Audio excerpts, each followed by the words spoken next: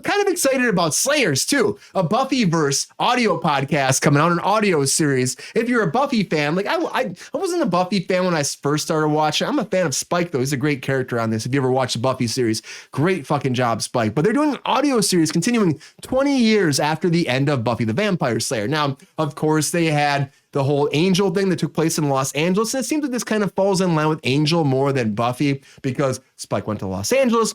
He joined up with Angel, and then Cordelia was there, and apparently it's going to be Cordelia and Spike working together. All the actors are coming back from that. They're able to voice over the same characters, which is great because if you're going to do it, you got to do it right? Bring people back.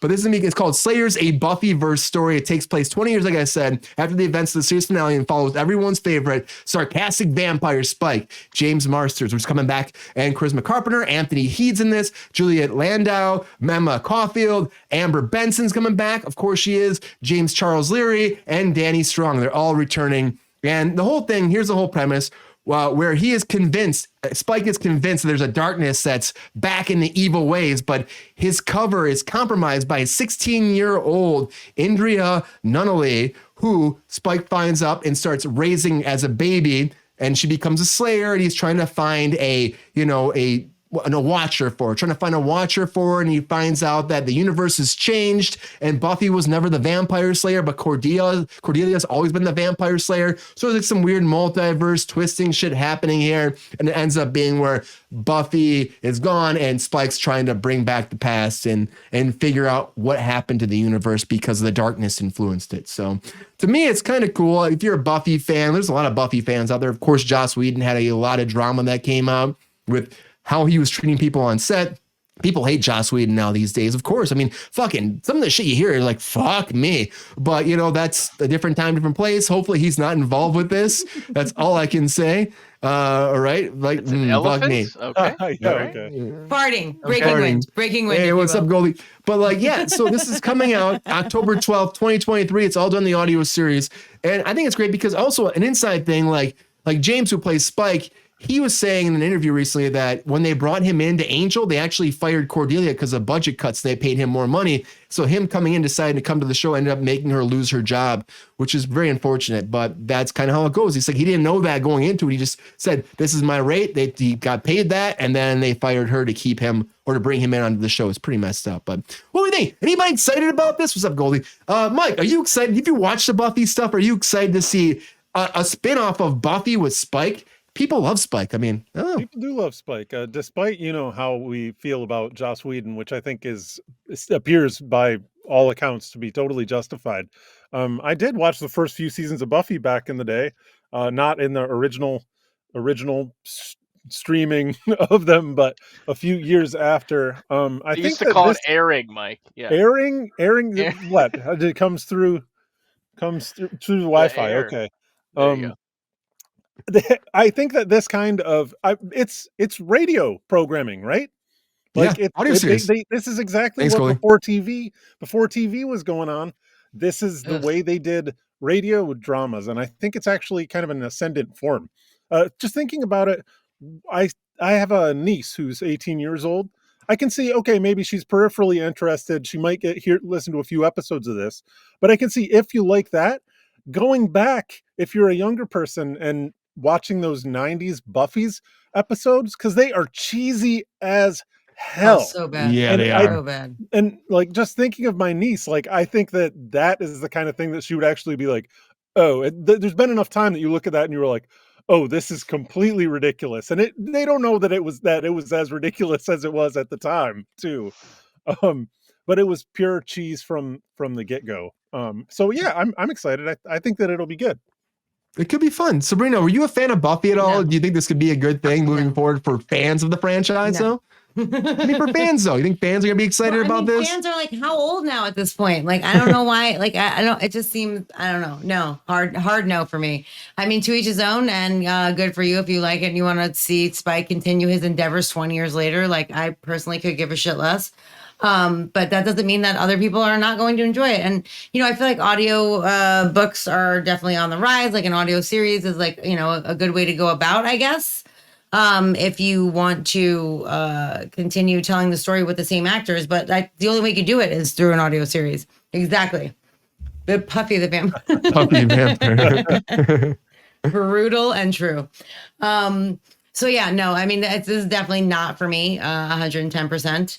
But Goldie, you're like a rock star not on your show. Like I like Chris, Ryan, everyone's like, Goldie, fucking rock star. Apparently the Caligula audiobook is amazing. I don't think that's related. Maybe it is. I don't know. I don't watch Buffy. Buffy sucks.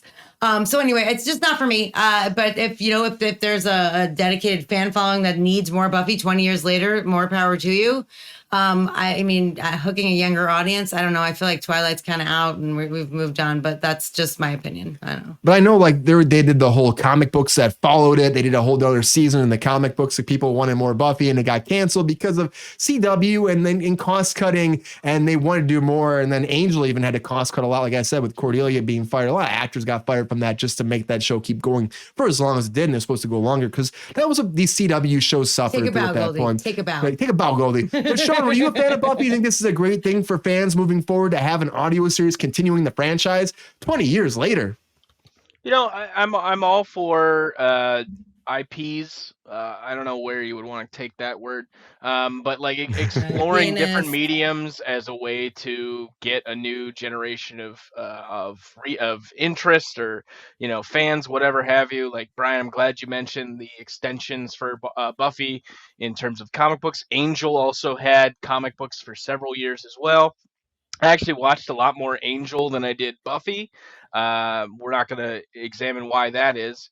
But all I say is, like, if they want to do this, by all means, I think there's rife content there for stories and character evolutions and new things to be used and practicing in terms of what the benefits to audio can come. I mean, Marvel has done this for a Wolverine had a very notable audio only kind of adventure back in the day, which was very well received.